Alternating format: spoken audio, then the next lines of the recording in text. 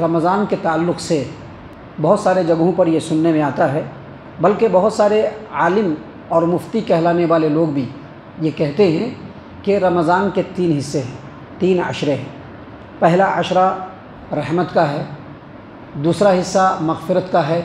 اور تیسرا حصہ جہنم سے نجات کا ہے۔ بڑے بڑے عالم قسم کے لوگ، بڑے بڑے مفتی قسم کے لوگ، بڑے بڑے مسند نشین، گدے نشین، اس ٹائپ کے لوگ اس طرح کی بات کرتے ہیں۔ عوام الناس کو تو کچھ معلوم ہوتا نہیں ہے، جیسا لوگ بتاتے ہیں ویسا لوگوں میں وہ عام کرتے ہیں۔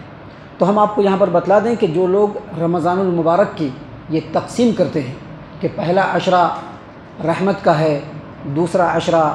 مغفرت کا ہے، اور تیسرا عشرہ جو ہے وہ جہنم سے نجات کا ہے، یہ تقسیم ان کی اپنی بناوٹی ہے۔ کسی بھی صحیح حدیث سے یہ تقسیم ثابت نہیں ہے۔ البتہ صحیح حدیثوں سے یہ بات ثابت ہے کہ جو رمضان المبارک ہے اس کے پورے مہینے اور مہینے کا ایک ایک دن اور دن کا ایک ایک لمحہ رحمت سے بھی بھرا ہوا ہے، برکت سے بھی بھرا ہوا ہے، مغفرت سے بھی بھرا ہوا ہے۔ اور اللہ کے رسول صلی اللہ علیہ وسلم کی ایک صحیح حدیث ہے جس کو امام ترمذی نے اپنی جامع ترمذی کے اندر روایت کیا ہے کہ نبی صلی اللہ علیہ وسلم نے فرمایا کہ جب رمضان المبارک کی پہلی رات ہوتی ہے تو اسی وقت سے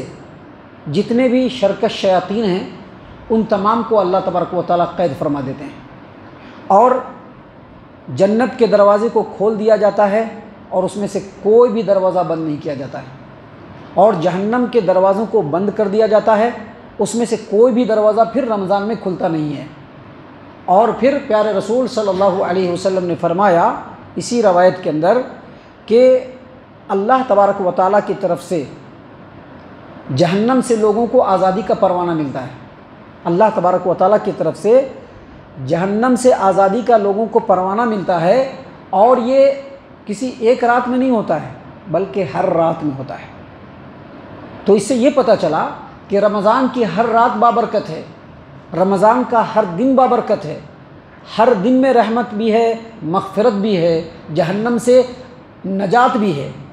لہٰذا ان تمام باتوں سے پتہ چلا کہ جو لوگ کہتے ہیں کہ پہلا عشرہ رحمت کا، دوسرا عشرہ مغفرت کا، اور تیسرا عشرہ جو ہے وہ جہنم سے آزادی کا، یہ تقسیم بالکل مناسب نہیں ہے، قرآن و حدیث کے بالکل خلاف ہے۔ محترم سامعین کرام، اب اتنی باتیں بیان کرنے کے بعد آج جو بات ہم آپ کے سامنے بیان کرنا چاہتے ہیں وہ یہ کہ رمضان المبارک میں کچھ ایسے کام ہیں جن کو کرنے سے روزہ کے اوپر کوئی فرق نہیں پڑتا ہے، اور کچھ ایسے کام بھی ہیں جن کو کرنے سے روزہ کے اوپر ایفیکٹ پڑتا ہے۔ تو آج کے درس میں بھی اور آج کے بعد جو کچھ دروس ہم آپ کے سامنے پیش کریں گے ان دروس میں ہم ان چیزوں کے بارے میں بتلائیں گے کہ کون کون سے ایسے کام ہیں جن کے کرنے سے روزہ کے اوپر کوئی فرق نہیں پڑتا ہے، اور کچھ ایسے کام ہیں جن کو اگر ہم کر لیں تو روزہ کے اوپر ایفیکٹ پڑ سکتا ہے۔ تو سب سے پہلے بالوں میں تیل لگانا ہے۔ بالوں میں تیل لگانا ہوتا ہے نا، بالوں میں تیل لگانے سے روزہ کے اوپر کوئی ایفیکٹ نہیں پڑتا ہے، اور کنگھی کرنے سے بھی روزہ کے اوپر کوئی ایفیکٹ نہیں پڑتا ہے، اور اسی طرح سے کٹنگ کرانے سے بھی روزہ کے اوپر کوئی ایفیکٹ نہیں پڑتا ہے۔ یہ جو لڑکا ہے نا، فرسٹ رمضان کو ہی ہم سے فتویٰ پوچھ لیا تھا فون کر کے کہ حضرت اگر کٹنگ کرائیں گے تو کیا روزے میں کٹنگ کرایا جا؟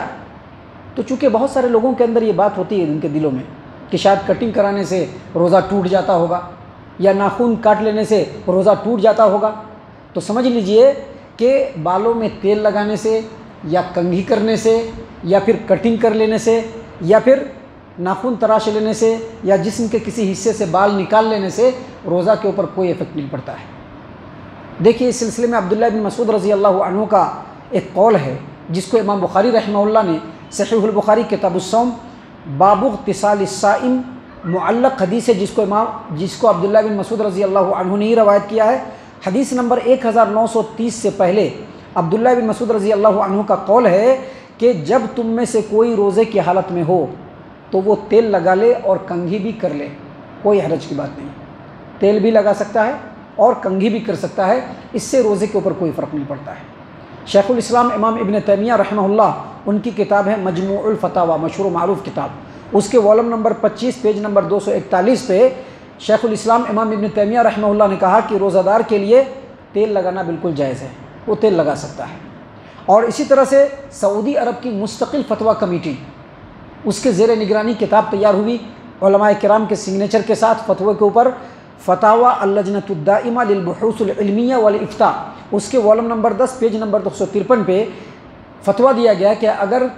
کسی نے روزہ کی حالت میں اپنے بالوں میں تیل لگا لیا تو اس سے روزہ فاسد نہیں ہوگا۔ روزہ فاسد نہیں ہوگا کیا مطلب؟ روزہ کے اوپر کوئی ایفیکٹ نہیں پڑے گا، تیل بھی لگا سکتے ہیں، کنگھی بھی کر سکتے ہیں، کٹنگ بھی کرا سکتے ہیں، کوئی حرج کی بات نہیں ہے۔ محترم سامعین اکرام، اسی طرح سے خوشبو لگا لینے سے، خوشبو ہوتا ہے نا ہم لوگ لگاتے ہیں، خوشبو لگانے سے بھی روزہ کے اوپر کوئی ایفیکٹ نہیں پڑتا ہے۔ اس سلسلے میں شیخ الاسلام امام ابن تیمیہ رحمہ اللہ مجموع الفتاوی والم نمبر 25 پیج نمبر 241 پر لکھتے ہیں کہ روزہ دار کے لیے خوشبو استعمال کرنے میں کوئی مذائقہ نہیں ہے، وہ خوشبو استعمال کر سکتے ہیں۔ اسی طرح سے امام ابن عثیمین رحمہ اللہ ان کا فتویٰ ہے فتاوی اسلامیہ والم نمبر 2 پیج نمبر 127 پہ کہتے ہیں کہ روزہ کی حالت میں خوشبو لگانے سے کوئی حرج نہیں ہے، روزہ نہیں ٹوٹے گا۔ سامعین اکرام، ابھی یہ 2 بات سمجھ لیجئے، 3 بات، کہ تیل لگا لینے سے، کنگھی کر لینے سے،